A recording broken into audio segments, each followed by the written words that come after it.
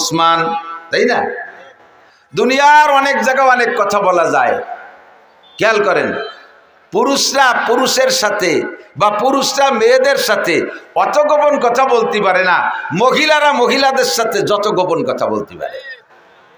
সাউরি bitter bore সাথে একেবারে পেটের ভিতরে সব কিছু খুলিও বলতে পারে, শুনতেও পারে, কিন্তু তাই বলে শ্বশুর জামাইয়ের কাছে অতটা ক্ষতিও পারে না, শুনতেও পারে না, ঠিক না? বাপের ছেলের সাথে আভ্যন্তরীণ অনেক কথা বলতে পারে না, বলে না, কিন্তু মারা মেয়েদের সাথে একেবারে এ টু জেড সব বলা বলি করে। নবী আলাইহিস সালাতু ওয়াস সালাম যখন এই অর্ডার পেয়েছেন, অর্ডারটা পালন করার জন্য একটা লাইন লাগবে, মেয়েলি মশালাগুলো সাপ্লাই দেওয়ার জন্য একটা পথ লাগে, মেয়েদের মাধ্যমে পৌঁছাবে।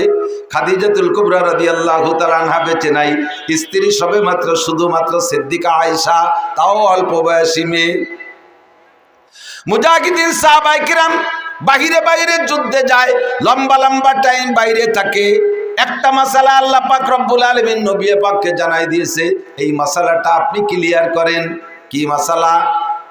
হযরত ফাতেমাকে ডাইকে বলছে, মা ফাতেমা, তোমার স্বামী আলী যুদ্ধের একজন মর্দে মুজাহিদ, কখনো কখনো সেনা প্রধান হয়ে কোথাও যাওয়া লাগে, লম্বা লম্বা টাইম সফরে থাকা লাগে।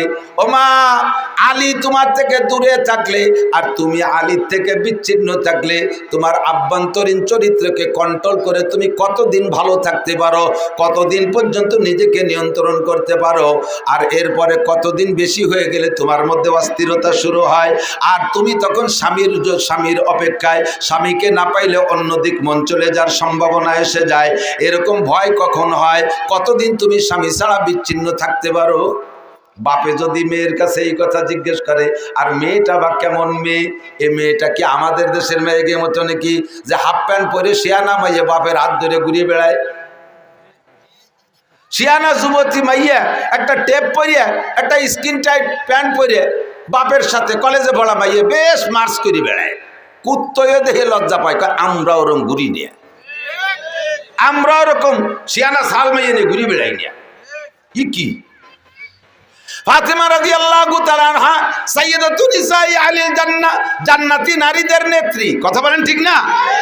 এই শর্মিলা মহিলা, হাসান হুসাইনের মা, শেরে খুদা আলীর স্ত্রী, বিশ্ব নবীর কলিজার টুকরা মেয়ে, পর্দা কি বলা হয়, সরবের একেবারে শীর্ষ গোল্ডেন এ প্লাস প্রাপ্ত মেয়ে। এই মেয়ের কাছে জিজ্ঞাসা করছে, বাপ নবীতে মা স্বামী ছাড়া কতদিন থাকতে পারো? এটাতে একান্ত আভ্যন্তরীণ গোপন কথা। হযরত ফাতেমা লজ্জায় মাথা লুকিয়ে ঘুমটা মুড়ি দিয়ে বসে রয়েছে। আব্বা, এতদিন পর কি জিজ্ঞাসা করলেন? এটা তো মারা জিজ্ঞেস করতে পারে, আপনি আব্বা হয়ে কিভাবে জিজ্ঞেস করেন? কয়, ও মা, তোমার মা তো খাদিজা বেঁচে নাই, কাজেই তোমার কাছে আমার সরাসরি জিজ্ঞেস করতে হবে, এখান থেকে শরিয়াত গঠন করা লাগবে। যদি আমি এই কথাটা গোপন করি আর তুমি লজ্জায় চেপে যাও, মাসালাটা লুকায় থাকবে, মাসালাটা কোনোদিন আত্মপ্রকাশ করবে না, সাহাবায়ে কেরাম আর মাসলা খুঁজে পাবে না, উম্মতে মহা বিপদে পড়ে যাবে। কাজেই বলো মা, বলো কতদিন স্বামী ছাড়া থাকতে পারো? ফাতেমা লজ্জায় না বইলা ঘরে চলে গেছে। মা ছিলেন আয়েশা, ফাতেমার বয়স আবার আয়েশার চেয়ে বেশি। ফাতেমা আয়েশার চেয়ে মেয়ে হয়েও বয়সে বেশি, তবুও তো মা মহিলা মানুষ। আব্বা জিজ্ঞেস করছে নাসরবান্দা, মায়ের কাছে যে বলতেছে, আম্মু আপনি আব্বুকে বলে দেন আমি আমার স্বামী ছাড়া 4 মাস পর্যন্ত, আমি আমার স্বামী ছাড়া 4 মাস পর্যন্ত দূরে থাকতে পারি। 4 মাসের পরে যাইয়া আমার স্বামীর শখ আসে, স্বামীকে কাছে পাইতে শখ হয়। 4 মাসের পরে যে আমার ভিতরে অস্থিরতা আসে। নবী আলাইহিস সালাতু ওয়াস সালাম আয়েশা রাদিয়াল্লাহু তাআলা আনহা নবীকে বললেন, ফাতেমা বলেছে 4 মাস পর্যন্ত ধৈর্য ধারণ করে থাকতে পারে। বাস নবী আলাইহিস সালাতু ওয়াস সালাম সাহাবায়ে কেরামদের জন্য বাইরে দূরে চাকরির জন্য সর্বোচ্চ টাইম 4 মাস ধার্য করলেন। 4 মাস শেষ হওয়ার আগে আগেই যে যত দূরে থাকুক তারে ছুটি দিয়ে বাড়ি পাঠাইতে হবে। সেখান থেকে আমাদের মুরব্বীরা তবলিগের টাইম কয় চিল্লা, জোর হলো না, কয় চিল্লা? আর একটু বলেন, কয় চিল্লা? 3 চিল্লায় কয় মাস? তিন চিল্লায় কয় মাস? 4 মাসে ঠিক করা হয়েছে। আল্লাহু আকবার। ফাইল্লাম তাফাল ফামা বাল্লাগতা রিসালাতা। এই গোপন মশালাগুলো যদি নবী ওখানে প্রকাশ করে না যাইতেন তাহলে আমরা এখন বিভ্রান্তের মধ্যে পড়ে যাইতাম, মশালাগুলো কোথায় খুঁজে পাইতাম? নবী আলাইহিস সালামকে বলেন, হে নবী, আপনাকে এভাবে বয়ানের জন্য পাঠিয়েছি। ইয়া আইয়ুহার রাসূল, ইয়া আইয়ুহান নাবিয়্যু, হে আমার প্রিয় নবী, ইন্না আরসালনাকা, নিশ্চয় আমি আপনাকে প্রেরণ করেছি, শাহিদা ওয়া মুবাশশিরা ওয়া নাযীরা ওয়া দাইয়ান ইলাল্লাহি বিইذনিহি ওয়া সিরাজাম মুনীরা। একটু জোরে বলি আল্লাহু আকবার। হে নবী, আপনাকে দুনিয়ায় পাঠিয়েছি উম্মতের মধ্যে অনেক কাজ দিয়ে। তার ভিতরে এই আয়াতের ভিতরে 5টা গুণের কথা আছে, 6টা গুণের কথা আছে। 1 নম্বরে ইয়া আইয়ুহান নবী, আপনাকে নবী হিসেবে পাঠিয়েছি। নবী হওয়ার পরে আপনার কাজ হলো আপনাকে প্রেরণ করেছি শাহিদান, খেয়াল শাহিদান, উম্মতের পক্ষে বিপক্ষে কিয়ামতের মাঠে সত্য সাক্ষ্যদাতা হিসেবে আপনি যেভাবে সাক্ষ্য দিবেন আমি কিয়ামতের ময়দানে ওইভাবে বিচার করব। আপনি যার পক্ষে বলবেন ওরে আমি ছেড়ে দেব, আপনি যার বিপক্ষে বলবেন তাকে আমি ধরে ফেলবো। নবী আলাইহিস সালাম সাক্ষী দিলে বা না দিলে উম্মতে কে কোথায় কি করে, বান্দারা কে কোথায় কি করে আল্লাহ দেখে কি দেখে না? যুবক বলো, দেখে কি দেখে না? তুমি পাট বাগানে যে গাঁজা কিনা বেচা করো, এদিক পাট হয় না? এমনি সময় পাট কাটা হয়ে যাওয়ার পরে মাঠঘাট খোলা হয়ে যায়, এই সময় গাঁজা কিনা বেচা করা ভারী কঠিন। যত পাট বড় হয় গাঁজা এবার ব্যাপারীরা তত খুশি হয়। খুব নিরাপদ জায়গা, কারণ পুলিশও জায়গা যে দায় ধরতে পারবে না, জড়ায় গড়ায় পড়ে যাবে। তুমি যে জায়গা দাঁড়াইয়া যা করো না কেন, মা ইয়ালফিযু মিন কাওলিন ইল্লা লাদাইহি রাকিবুন আতীদ, মুখ থেকে যে কথা বের করবা সে কথা ফেরেশতারা, গোয়েন্দা ফেরেশতারা কাঁধে বসে লেখে এবং সব অডিও ভিডিও করে রাখে। সাথে সাথে আমার আল্লাহ দেখে কি দেখে না? আল্লাহ বান্দাকে যেভাবে দেখেন এই দেখা হিসাবে বিচার করবে না, বিচারের জন্য সাক্ষী ব্যবহার করবেন। আর সত্য সাক্ষী হবে আমাদের জন্য আমাদের নবী। বলেন না সুবহানাল্লাহ। আল্লাহু আকবার। নবী পাক বললেন, আল্লাহ আমি সাক্ষী দেব কাদের পক্ষে বিপক্ষে? আমার সামনে যারা আছে এদের সম্পর্কে বললে সত্য হবে, যারা চলে গেছে পিছনে, আর যারা সামনে আমি মারা যাওয়ার পরে আসবে তাদেরকে তো দেখি নাই আর দেখব না, তাদের ভালো মন্দ আমি কিভাবে বলবো? আল্লাহ পাক রব্বুল আলামিন বলেন, বন্ধু আপনার জন্য আমি একটা কম্পিউটার দিয়েছি। শাহরু রমাদান আল্লাযী উনজিলা ফীহিল কুরআন হুদাল লিন-নাসি ওয়া বাইয়িনাতিম মিনাল হুদা ওয়াল ফুরকান। আপনাকে একটা কম্পিউটার দিয়েছি, ওই কম্পিউটারের ভিতরে আদম থেকে নিয়ে নয়, শুধু আমার সৃষ্টির সূচনা থেকে নিয়ে আপনি পর্যন্ত, আপনি থেকে কিয়ামত পর্যন্ত যা ঘটেছে আর ঘটবে, যা এসেছে আর আসবে, যা আবিষ্কার হয়েছে আর হবে, যা ছিল না আর যা কি বলা হয় হবে, এই সবগুলো ওই কম্পিউটারের মধ্যে আছে। আপনি শুধু সফটওয়্যার চেঞ্জ করবেন, আপনি পৃষ্ঠা উল্টোবেন আর এক একটা করে দেখবেন, আর ওই কম্পিউটার দেখে দেখে আপনি যেভাবে যা বলবেন ওই কথা কেউ অস্বীকার করতে পারবে না, কারণ কম্পিউটারের নামে আমি লিখে দিয়েছি যালিকাল কিতাবু লা রাইবা ফীহি। আল্লাহু আকবার। এই কিতাবের মধ্যে কোনো সন্দেহ নাই, এই কম্পিউটারের মধ্যে কোনো সন্দেহ নাই। ব্যক্তি জীবনের সংবিধান, পারিবারিক জীবনের সংবিধান, অর্থনৈতিক জীবনের সংবিধান, সামাজিক জীবনের সংবিধান, রাজনৈতিক জীবনের সংবিধান, আন্তর্জাতিক জীবনের সংবিধান, সম্পূর্ণ সংবিধান ওই কম্পিউটারের ভিতরে আছে।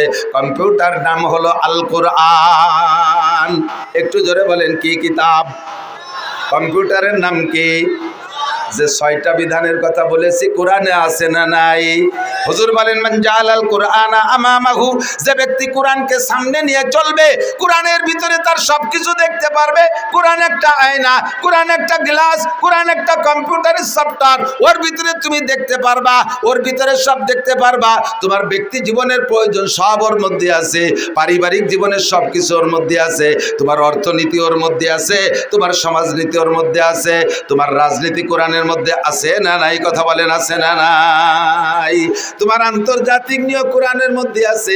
কাজেই কোরআনকে সামনে নিয়ে যে ব্যক্তি চলবা, ওর চলাটা, ওর জীবন বিধান, ওর জীবন যাপন হবে আল্লাহ চাহি রব চাহি জীবন যাপন। আর যার জীবন যাপন হবে রব চাহি, নবী পাক বলেন কাদাহু ইলাল জান্নাহ, হাসরের মাঠে কোরআন খানকে আপনার সামনে ছেড়ে দেওয়া হবে, আর কোরআন আপনার হাত ধরে দেয়াত। আপনারা হাত ধরে বেচতে নিতে না, কোরআনে হাত ধরে বলবে তাল মাই আমার সাথে আসেন কাদা হুইলাল জান্নাহ, কোরআনে হাত ধরে টানতে টানতে জান্নাতের মধ্যে পৌঁছাইয়া দিবে। বলেন সুবহানাল্লাহ।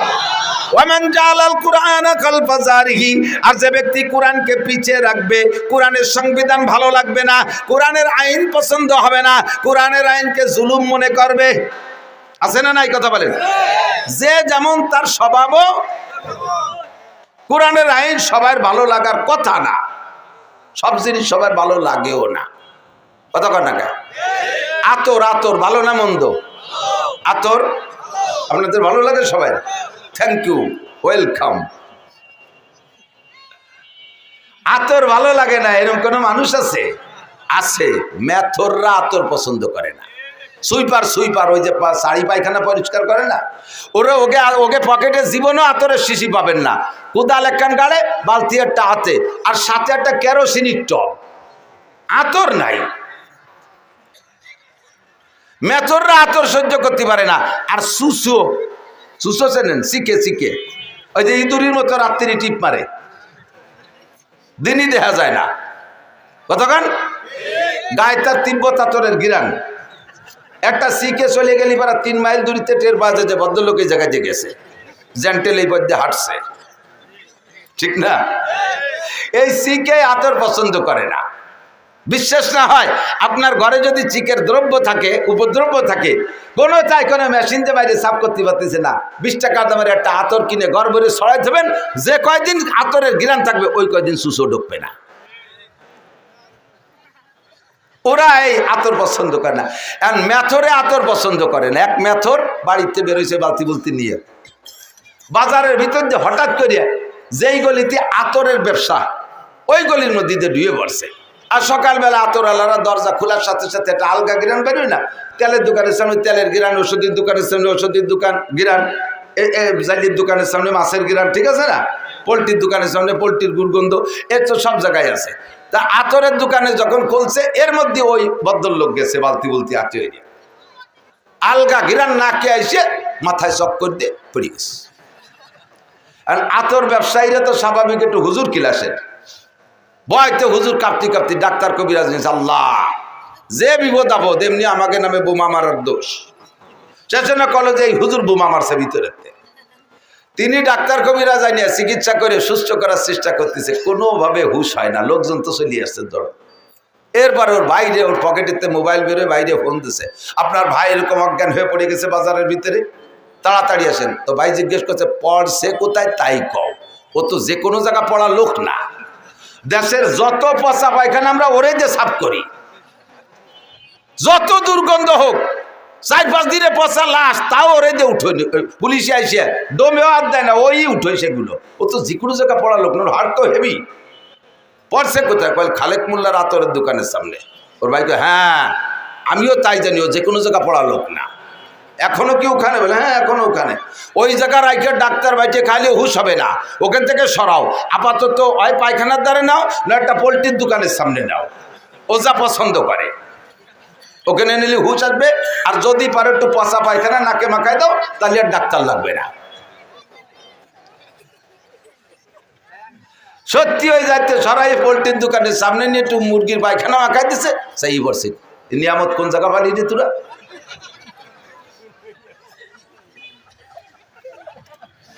কদরে গওহার সাবধান দিয়া বিধানাত জওহারি, কদরে গওহার জাব সাবধান দিয়া বিধানাত জওহারি, কদরে গুলবুল বুল বেদান দিয়া বেদানাত সাপরি।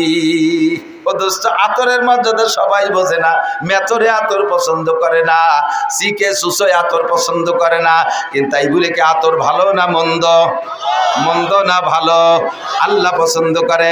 নবী পাক বলেন, হুব্বিবা ইলাইয়া মিন দুনিয়াকুম সালাস, এই দুনিয়ার কিচ্ছু আমার ভালো লাগে না, এই দুনিয়ার কোনোটা ভালো লাগে না, মাত্র 3টে জিনিস ভালো লাগে। তার ভিতরে 1 নম্বরে আত্মীব, হুজুরকে আমার সুগন্ধি ভালো লাগে, আবার আতর ভালো লাগে।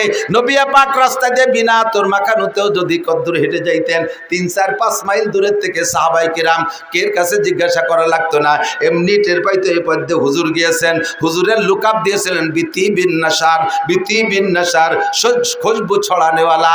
নবী পাক হেঁটে গেলে গায়ের থেকে একটা সুগন্ধি বের হইতো। আমার নবী যখন ঘামে যাইতেন ঘাম ও আতরের চাইতে সুগন্ধি ছিল। সাহাবায়ে কেরাম গায়ের থেকে শিশি বোতল ভরে রাখতেন নবী পাকের ঘাম, আর এই বিভিন্ন মূল্যবান সময় ওই ঘামকে আতরের কাজে ব্যবহার করতেন। আতর পছন্দ করেন ফেরেশতারা, আতর সুগন্ধি পছন্দ করতেন নবী রাসূলরা। আতর পছন্দ করে জিন ফেরেশতারা, আতর পছন্দ করে রুচিশীল মানুষরা, আতর পছন্দ করে না মেথর আর সুইপার। কতক্ষণ কোরআনের সংবিধান ভালোবাসে আল্লাহ, কোরআনের সংবিধান ভালোবাসে ফেরেশতারা, কোরআনের সংবিধান ভালোবাসেন আম্বিয়া আলাইহিমুস সালাম, কোরআনের সংবিধান ভালোবাসে আবু হানিফা, শাফি, আহমদ, মালিক, বুখারী, মুসলিম, তিরমিজিওয়ালা, আব্দুল কাদের জিলানী, মুঈনুদ্দিন চিশতি, নিজামুদ্দিন আউলিয়া, কুতুবউদ্দিন বখতিয়ার কাকি, শাহ ওলিউল্লাহ মুহাদ্দিসে দেহলভী, শাহ আব্দুল কাদের মুহাদ্দিসে দেহলভী, শাহ আব্দুল কাদের জিলানী রহমাতুল্লাহ আলাইহি, আরে আশরাফ আলী থানভী, হুসাইন আহমদ মাদানী, রশিদ আহমদ গাঙ্গুহি, আশা শামসুল হক ফরিদপুরি, মোহাম্মদুল্লাহ হাফেজি, মুফতি আব্দুল গফফার, মুফতি ইসমাতুল্লাহ কাসেমি। আমার এলাকার নামাজি মুসলমান, আমার এলাকার মুসলমান, আমার এলাকার মুসলমান, আমাদের দুনিয়া বাঙালি মুসলমান কোরআন ভালোবাসে, কোরআনের সংবিধান ভালোবাসে। কথা বলেন। যেই কোরআনী সংবিধান ভালোবাসে না তারে আমরা কি বলতে পারি? যে আতর পছন্দ করে না তারও যা বলতে পারি। কোরআনী সংবিধান যে পছন্দ করে না তারও সেই মেথরা আর সিকে বলতে পারি। ওটা সুইপার আর সিকিয়া, সুইপার আর দাঁড় কাউয়া। কাউয়া সেন কাউয়া, কাউয়া দুই প্রকার, দাঁড় কাকার পাতিকার। তার ভিতরে দাঁড় কাউয়াটা হলো বেশি নোংরা জাত। ও পাইছে বিলির মধ্যে যাইয়ে চকের মধ্যে যে একটা শামুক পচা শামুক, শামুক পয়সে শীত হয়ে রয়েছে, ভিতরের মাংসটা পয়সে আর পোকা বিড়বিড় করতেছে। ও তো খুশিতে বাঘে একে চুমুকি বোতল খালি ফেলেছে। এরপরে এত গিরানালা বোতল, দুনিয়ায় যত যা কিছুতে দুর্গন্ধ আছে তার ভিতরে অন্যতম দুর্গন্ধ হলো পচা শামুক আর পচা ডিম। এর চাইতে বেশি দুর্গন্ধ আর কোনোটাই নাই। আছে এর চেয়ে বেশি দুর্গন্ধ হলো গালে গন্ধ। গালে গন্ধটা এর সব চাইতে বিশ্রী লাগে। কতক্ষণ আইসে গেছে একটু কয়ে ছিয়ে যাই। এটা আদব আদর্শ। অনেকে মোহাব্বতের ঠেলায় একেবারে কাছে আইসে নাকের পর মুখ নিয়ে মুখ মিশে কথা কইতে চায়। আমার মুখে একটা গন্ধ আছে, এটা আমি টের পাই না। যদি আমি টের পাইতাম আমার মুখের গন্ধ, তাহলে ওই গন্ধে বমি হতে মরি যেতাম। যার যার মুখের গন্ধ সে টের পায় না, একজনেরটা আর একজনের খারাপ লাগে, ঠিক না? নাকের পর আইছে মুখ মিশাইয়া মোহাব্বতের ঠেলায় মুখ মিশাই কথা বলতেছে। এত যে কই যে ভাই একটু সরিয়ে বসেন, আর কি কয়ে সরাবো? যদি কই তোমার গালে গন্ধ তাহলে ওর কষ্ট হইবে না, তা তো কওয়া যায় না। কিন্তু বক্কাত করিয়েছে নাকতিছে নাকের মধ্যে, মাথা ঘুরিয়ে যাচ্ছে ওর গালের গন্ধ জ্বালায়। দায় থেকে জায়গায় জায়গায় আমি কই ভাই আমার মুখে একটু গন্ধ আছে, আপনার কষ্ট হতে পারে, একটু সরিয়ে বসেন। এছাড়া আর কি কব? কান্দি দেই। মানুষের সাথে কথা বলার আদব হলো দূরত্ব বজায় রেখে কথা বলা, দূরত্ব বজায় রেখে কথা বলা। মুখের সাথে অনেকের মুখে একটু কথা বলার সময় থুক সেটে হালকা বার্তা সিটে পারে, এটা কোনো আইব না, এটা আল্লাহ যারা যেরকম বানাইছে। এখন এই মুখ থেকে থুক সেটে আপনি মহির বয়সে কথা বলতেছেন, গাল ভরা পান রয়েছে, ফসফস করে স্প্রে অতি তালে রয়েছে।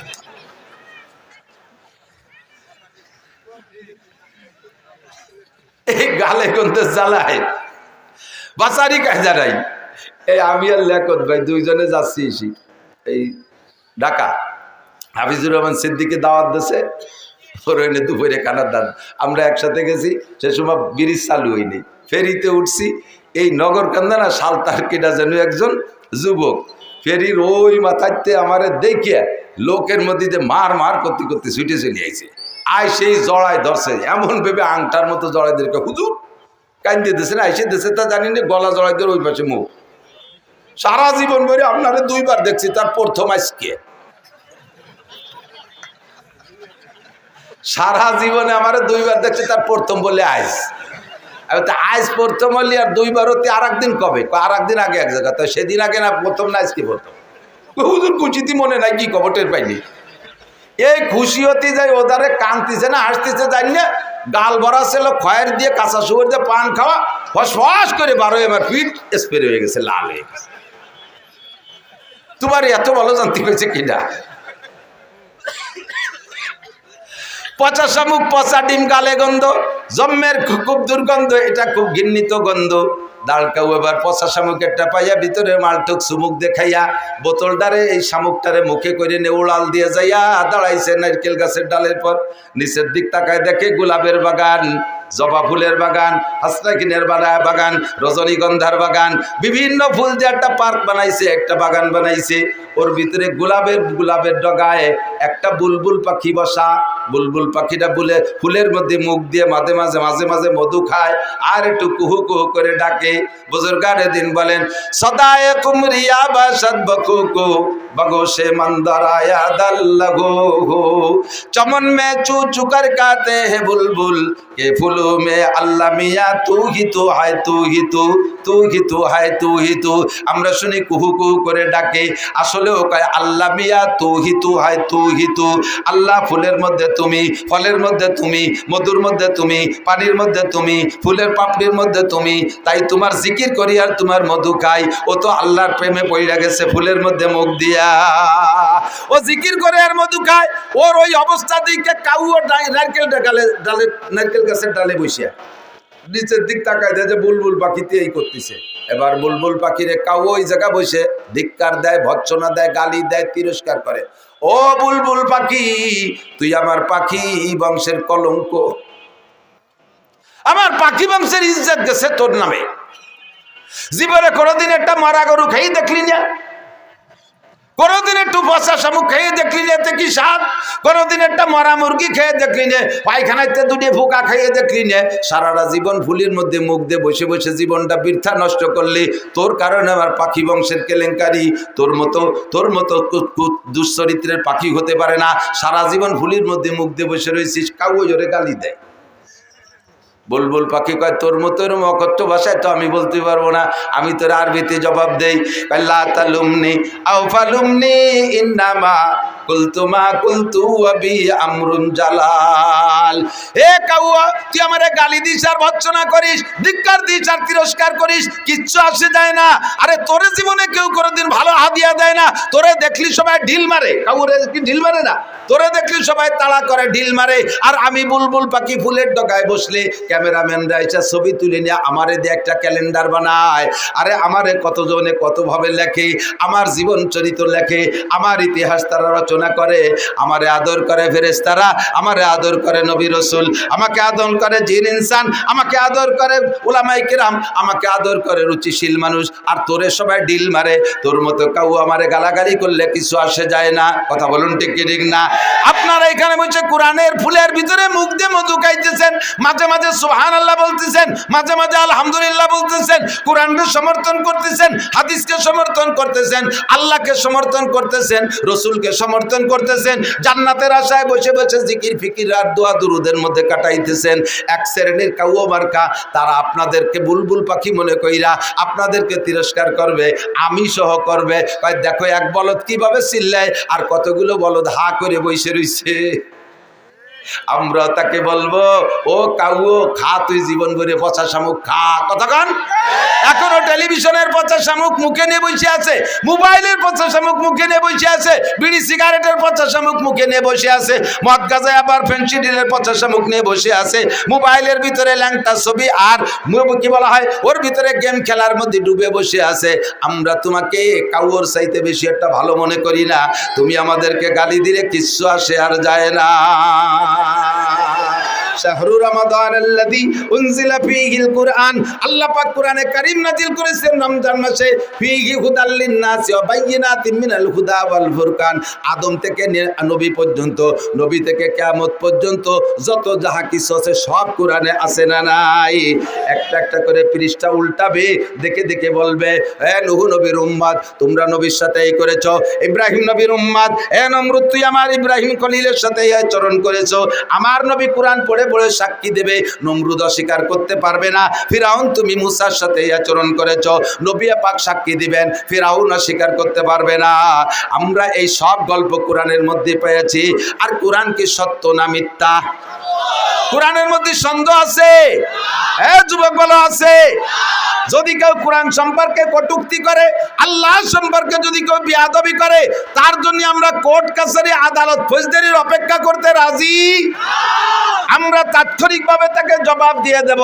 এই আবাল সরকার বাউল সরকার কয় আল্লাহ মুখ দিয়ে কথা কয় না, হুক দিয়ে কথা কয়।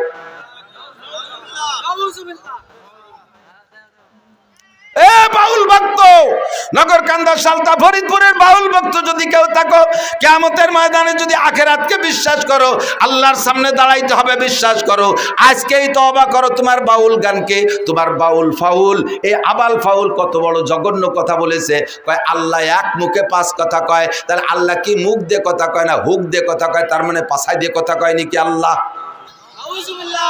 কি কয় আল্লাহ এক মুখে? কয় আল্লাহ একবার কয় আউয়ালু মা খালাকাল্লাহুল ইশক। আল্লাহ প্রথম কইলে আমি ইশক বানাইছি, একটু পরে আবার কয় আউয়ালু মা খালাকাল্লাহু নূরি। আল্লাহ একটু পরে কয় আমি সর্বপ্রথম নূর বানাইছি, মুহাম্মাদের নূর। এরপরে একটু পরে কয় আল্লাহ কয় আউয়ালু মা খালাকাল্লাহু আরশ, আমি আল্লাহ সর্বপ্রথম আরশ বানাইছি। এরপরে কয় আউয়ালু মা খালাকাল্লাহুল কলম, আল্লাহ সর্বপ্রথম কলম বানাইছে। এরপরে আবার কয় আউয়ালু মা খালাকাল্লাহুল কদর, আমি আল্লাহ সর্বপ্রথম তকদির বানাইছি। তাহলে সর্বপ্রথম কয়বার হয়? আল্লাহ এক মুখে পাঁচবার সর্বপ্রথম কয়। আল্লাহ কি মুখ দিয়ে কথা কয় না পাছায় দিয়ে কথা কয়? এই বেয়াদবি আচরণ করেছে আবাল সরকার। ওরে কি শুধু জেলে আটকাইলে হবে না, ফাঁসি দিতে হবে? যুবক বলো, ওরে কিসে দিতে হবে? কিসে দিতে হবে? ওরে 1000 বার ফাঁসি দিল এই বিচার হয় না, কথা বলেন? ওরে ফাঁসি দেওয়ার পরে পোড়াইয়ে শেষ করে দেওয়া উচিত। যেহেতু পোড়ানো এটা আল্লাহর বিচার, মানুষে পোড়াইতে পারে না, কাজেই সে থেকে বাদ দিলাম। কিন্তু তারে ফাঁসি না দিলে আমাদের কলিজা ঠান্ডা হবে না। আল্লাহু আকবার! কত বড় গুস্তাখ আর কত বড় বেয়াদব! আমার কোরআনের মধ্যে সন্দেহ। এই কোরআন দিয়ে কিয়ামতে নবী পাক সাক্ষী দিবেন। 2 নম্বরে মুবাশশির, আপনাকে সুসংবাদদাতা হিসেবে পাঠিয়েছি। মুবাশশির, আপনি সুসংবাদদাতা। দেব সুসংবাদ। নবী পাক বলেন আল্লাহ উম্মতরে সুসংবাদ দেব। কও কি কি সুসংবাদ? আরে ভাই মজা মজা। মানুষকে সুসংবাদ দিলে তার ভিতরে আগ্রহ বাড়ে, নির্ভয় দিলে কাজের প্রতি তার আগ্রহ বাড়ে। না কোনো ভয় নাই। দেখেন না, যুবককে লাগাই দিয়েছেন, তোরা কর আমরা আসি পিছনে। তখন যুবকরা দড়িয়ান্তি কলি বান্ধি নিয়ে আসে, আটা দিতি কলি দৌড় দেয়, বাড়ি দিতি কলি গুলি এড়িয়ে দেয়। কারণ পিছনে খুঁটো শক্ত আছে। মেড়া কোদে খুঁটোর বলে, মেড়া কোদে খুঁটোর বলে। কারণ বড় একটা ষাঁড় ওর পিছনে দড়ি মুটাই দিয়ে বান্ধাবি দেয়, সামনে আর একটারে সিঁড়ি ফেলাই দেয়, আয় খালি। এই গরুরে ভয় দেয় কি দিয়ে? কন্দি মাটি খসে, আর পাউ দিয়ে মাটি খসে, আর শিং দিয়ে খসে না। এর মানে কি জানেন? ওরে কয় আয় তোরে কয়বর দেবো, আয় তোরে মাটি দেবো। পিছনে দড়ি যত শক্ত হয় আর এর কুন্দি মারতে তত জোর হয়। আল্লাহু আকবার! উম্মতকে যদি সুসংবাদ দেওয়া হয় তাহলে উম্মত আমলের প্রতি আগ্রহী হয়। এজন্য আল্লাহ পাক নবী পাককে বলেন মুবাশশির, হে নবী উম্মতকে সুসংবাদ দেন। হুজুর বললেন আল্লাহ কি সুসংবাদ দেব? কয় সর্বপ্রথম সুসংবাদ আমাদের, সর্বপ্রথম সুসংবাদ হলো উল্লিয়া ইবাদিয়াল্লাযীনা আসরাফু আলা আনফুসিহিম। আগে উম্মতরে বলেন উম্মত হাজারো গুনাহ করেছে, উম্মত হাজারো গুনাহ করেছে, উম্মত হাজারো গুনাহ করেছে। গুনার ভয়তে আতঙ্কিত এমন একটা পর্যায়ে এসে গেছে, মনে হয় যেন তারা ভয় পাচ্ছে যে আমরা যে পরিমাণ গুনাহ করেছি, এত অপরাধ মনে হয় আল্লাহ ক্ষমা করবে না, আল্লাহ ক্ষমা করবে না, আল্লাহ মনে হয় ক্ষমা করবে না। তাদেরকে বলে দেন কুল ইয়া ইবাদিয়াল্লাযীনা আসরাফু আলা আনফুসিহিম, হে দুনিয়ার মানুষ, তুমি নিজের নফসের উপরে যত ইসরাফ করে থাকো, যত জুলুম আর অত্যাচার করে থাকো, লা তাকনাতু, ভয় পেও না, লা তাকনাতু, ভয় পেও না, তুমি তওবা করো। এই মর্মে আমি ভাই আবুল ভাইকেও বলি এখনই তওবা করেন, যা বলেছেন তার থেকে খালেস তওবা করেন ওপেনে। আপনার ওই কটূক্তি যেমন সারা দুনিয়ায় ছড়িয়ে পড়েছে, আপনার তওবাটাও সারা দুনিয়ায় ছড়িয়ে পড়ুক। আল্লাহ ক্ষমা করবে, আমরাও ক্ষমা করে দেব। কথা বলেন ঠিক? কুল্লি ইবাদিয়াল্লাযিনা আসরাফু আলা আনফুসিহিম, নফসের উপরে যারা জুলুম করেছো, লা তাকনাতু মির রাহমাতিল্লাহ।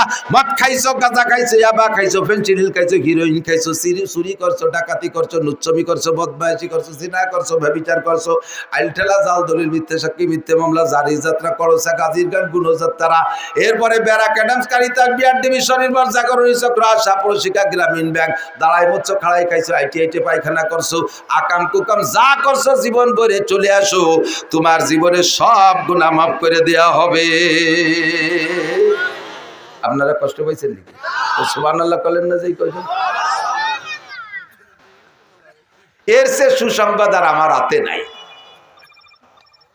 ও ভাই, একটা লোক রে, আপনাকে যদি বলতাম আল্লাহ তাআলা বলছেন, হ্যাঁ বান্দা ভয় নাই, তোমারে কোটি কোটি নেকি দিয়ে দেব, আমি তাতে অত খুশি না। যদি আল্লাহ বলেন তোমার একটা গুনাহ মাফ করে দেব, তাতে যত খুশি হব। বোঝেন? কোটি কোটি নেকি দেওয়ার চাইতে একটা গুনাহ মাফ করে দেয়া বড় পুরস্কার। আপনারে সরকার ডক্টর ইউনূস সাহেব আপনার ঘোষণা দিয়েছে, তুমি এই 5ই আগস্টের আন্দোলনে অগ্রনায়কের ভূমিকা পালন করেছ।